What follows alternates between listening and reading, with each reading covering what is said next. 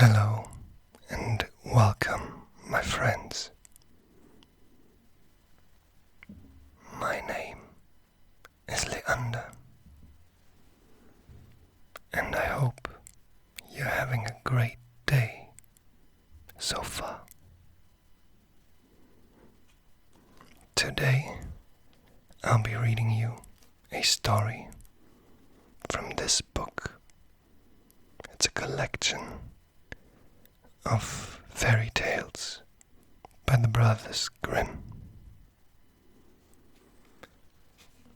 And the fairy tale I'll be reading you today is called The Fisherman and His Wife. There was once a fisherman who lived with his wife in a ditch close by the sea. The fisherman used to go out all day fishing, and one day, as he sat on the shore with his rod, looking at the shining water and watching his line, all on a sudden his float was dragged away deep under the sea. And in drawing it up, he pulled a great fish out of the water. The fish said to him, "Pray, let me live. I am not a real fish.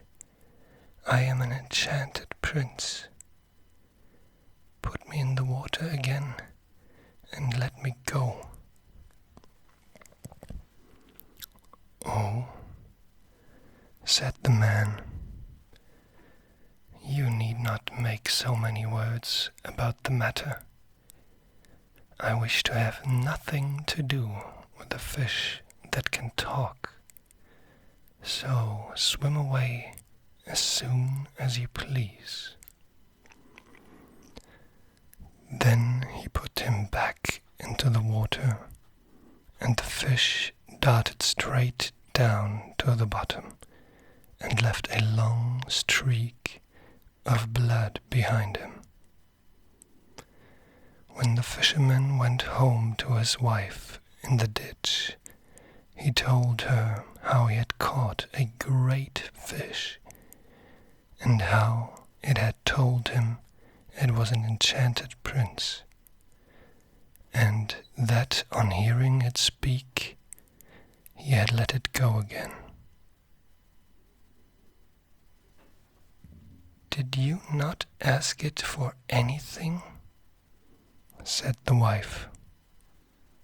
"No," said the man.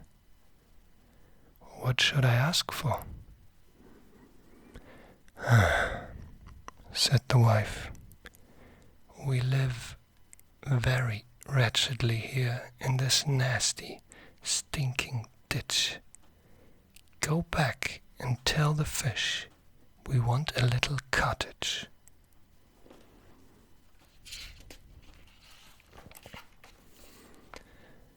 The fisherman did not much like the business. However, he went to the sea, and when he came there, the water looked all yellow and green. And he stood at the water's edge and said, "O man of the sea, come listen to me, for Alice, my wife, the plague of my life, hath sent me to beg a boon of thee."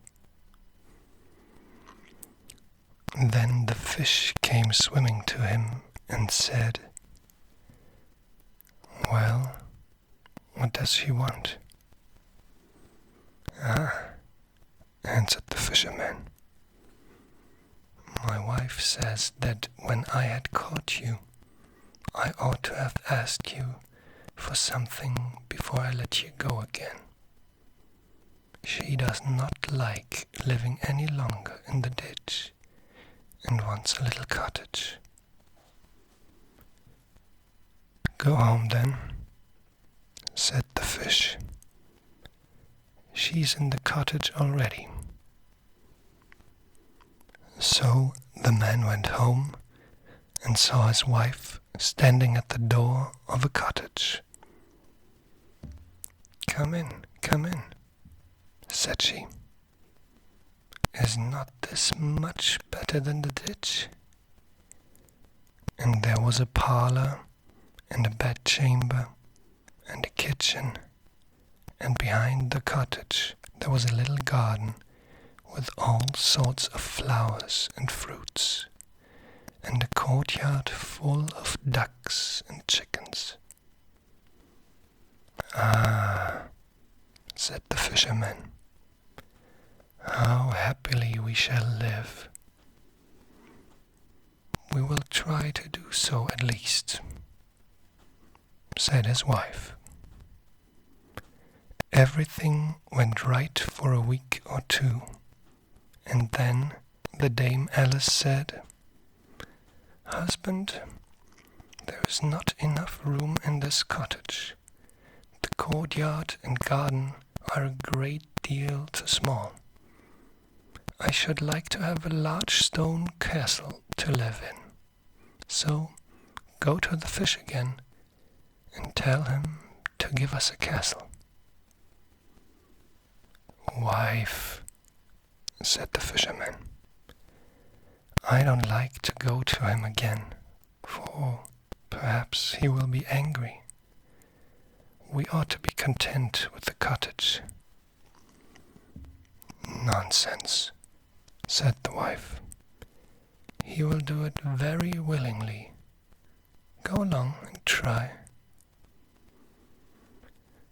The fisherman went, but his heart was very heavy, and when he came to the sea, it looked blue and gloomy, though it was quite calm, and he went close to it and said, "O man of the sea, come listen to me, for Alice, my wife, the plague of my life, hath sent me to beg a boon of thee." "Well, what does she want now?" said the fish. "Ah," said the man very sorrowfully, "my wife wants to live in a stone castle." "Go home then," said the fish. "She is standing at the door of it already." So away went the fisherman and found his wife standing before a great castle. "See," said she, "is this not grand?" With that they went into the castle together and found a great many servants there, and the rooms all richly furnished and full of golden chairs and tables, and behind the castle was a garden and a wood half a mile long, full of sheep and goats and hare and deer, and in the courtyard were stables and cowhouses.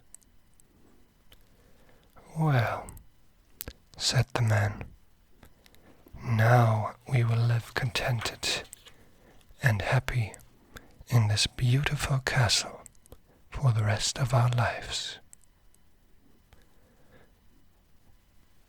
"Perhaps we may," said the wife, "but let us consider and sleep upon it before we make up our minds." So they went to bed.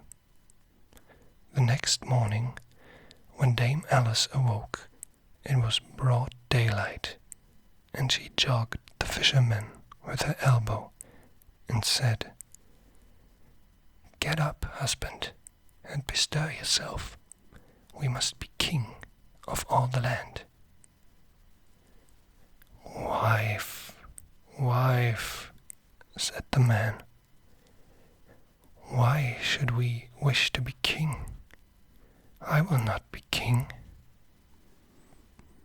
"Then I will," said Alice. "But, wife," answered the fisherman, "how can you be king? The fish cannot make you a king." "Husband," said she, "say no more about it, but go and try. I will be king." So the man went away quite sorrowful to think that his wife should want to be king. The sea looked a dark grey color and was covered with foam as he cried out, "O man of the sea, come listen to me, for Alice, my wife, the plague of my life, has sent me to beg a boon of thee."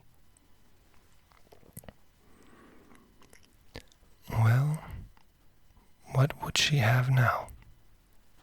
said the fish. "Alas," said the man, "my wife wants to be king." "Go home," said the fish. "She is king already."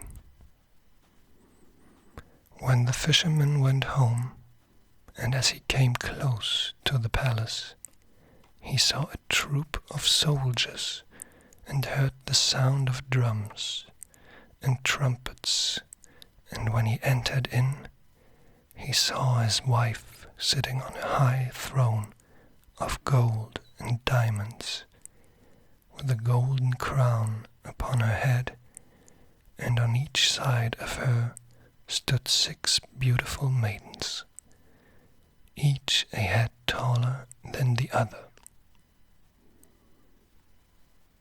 "Well, wife," said the fisherman, "are you king?" "Yes," said she, "I am king." And when he had looked at her for a long time, he said, "Wife, what a fine thing it is to be king.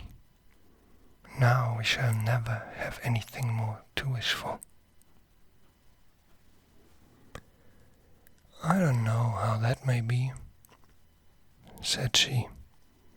"Never is a long time. I am king, 'tis true, but I begin to be tired of it, and I think I should like to be emperor." "Alas, wife, why should you wish to be emperor?" said the fisherman.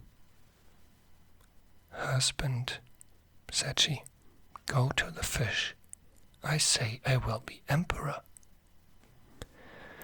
"Ah, wife," replied the fisherman, "the fish cannot make you an emperor, and I should not like to ask for such a thing." "I am king," said Alice, "and you are my slave, so go directly."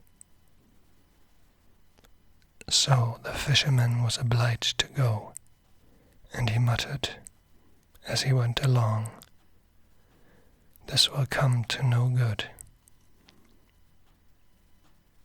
It is too much to ask. The fish will be tired at last, and then we shall repent of what we have done." He soon arrived at the sea, and the water was quite black and muddy, and a mighty whirlwind blew over it. But he went to the shore and said, "O man of the sea, come listen to me, for Alice, my wife, the plague of my life, hath sent me to beg a boon of thee."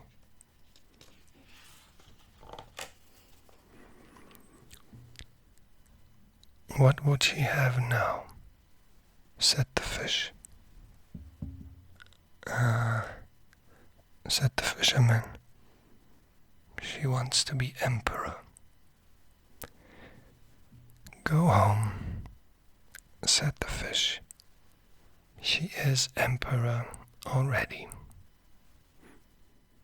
So he went home again, and as he came near, he saw his wife sitting on a very lofty throne made of solid gold, with a great crown on her head, full 2 yards high, and on each side of her stood her guards and attendants in a row, each one smaller than the other, from the tallest giant down to a little dwarf, no bigger than my finger. And before her stood princes and dukes and earls, and the fisherman went up to her and said, "Wife, are you emperor?"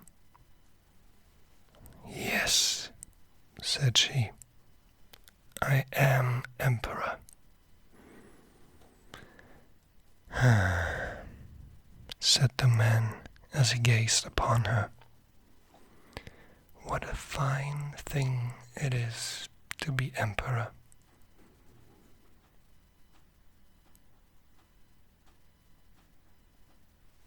"Husband," said she, "why should we stay at being emperor? I will be pope next."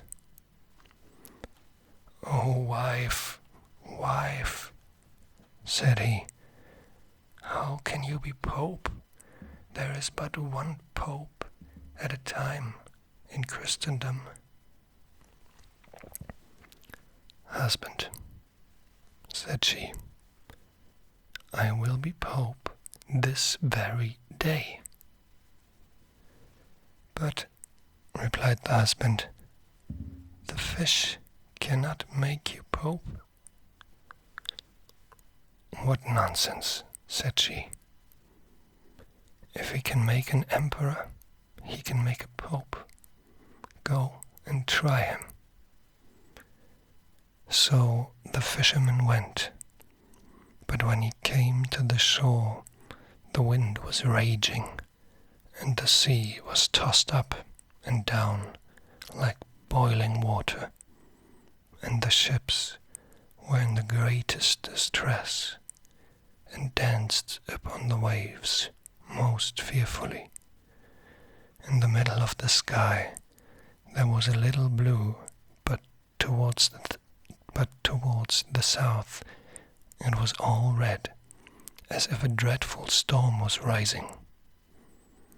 At this the fisherman was terribly frightened and trembled, so that his knees knocked together. But he went to the shore and said, "Oh, man of the sea, come, listen to me, for Alice, my wife, the plague of my life, has sent me to beg a boon of thee." "What does she want now?" said the fish. Said the fisherman, "My wife wants to be pope."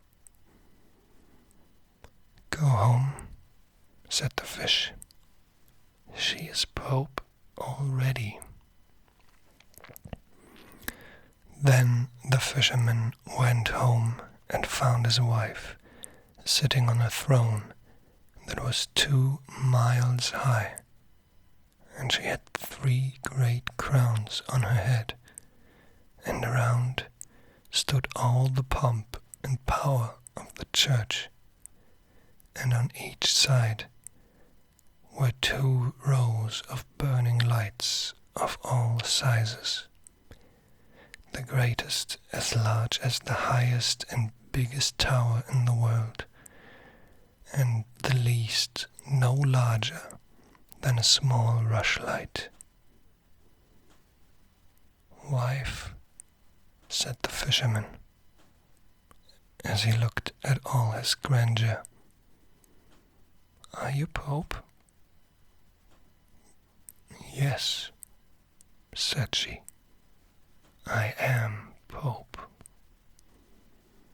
"Well, wife," he replied, "it is a grand thing to be Pope, and now you must be content, for you can be nothing greater." "I will consider that," said the wife. Then they went to bed, but Dame Alice could not sleep all night for thinking what she should be next. At last morning came and the sun rose. "Ha!" thought she as she looked at it through the window. "Cannot I prevent the sun rising?" At this she was very angry, and she wakened her husband and said, "Husband, go to the fish and tell him I want to be lord of the sun and moon." The fisherman was half asleep, but the thought frightened him so much that he started and fell out of bed. "Alas, wife," said he, "can you not be content to be Pope?" "No," said she, "I am very uneasy and cannot bear to see the sun and moon rise without my leave. Go to the fish directly."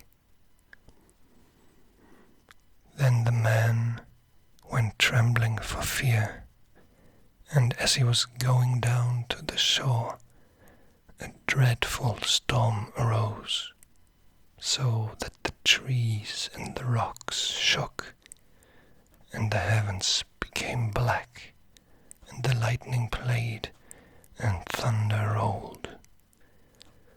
And you might have seen in the sea great black waves like mountains, with a white crown of foam upon them. And the fisherman said,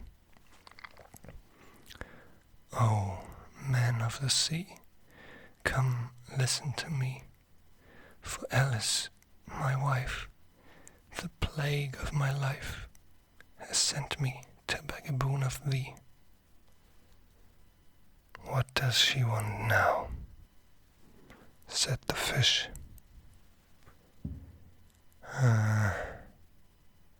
Said he, "she wants to be lord of the sun and moon."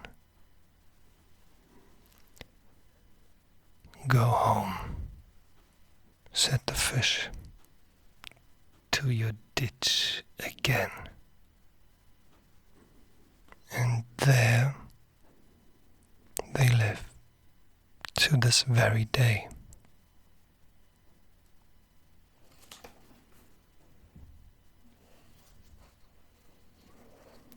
So, I hope you enjoyed this fairy tale. If you did, please consider subscribing, liking, and sharing this video. And let me know in the comments if you prefer whispered videos or if you prefer soft-spoken ones like this one.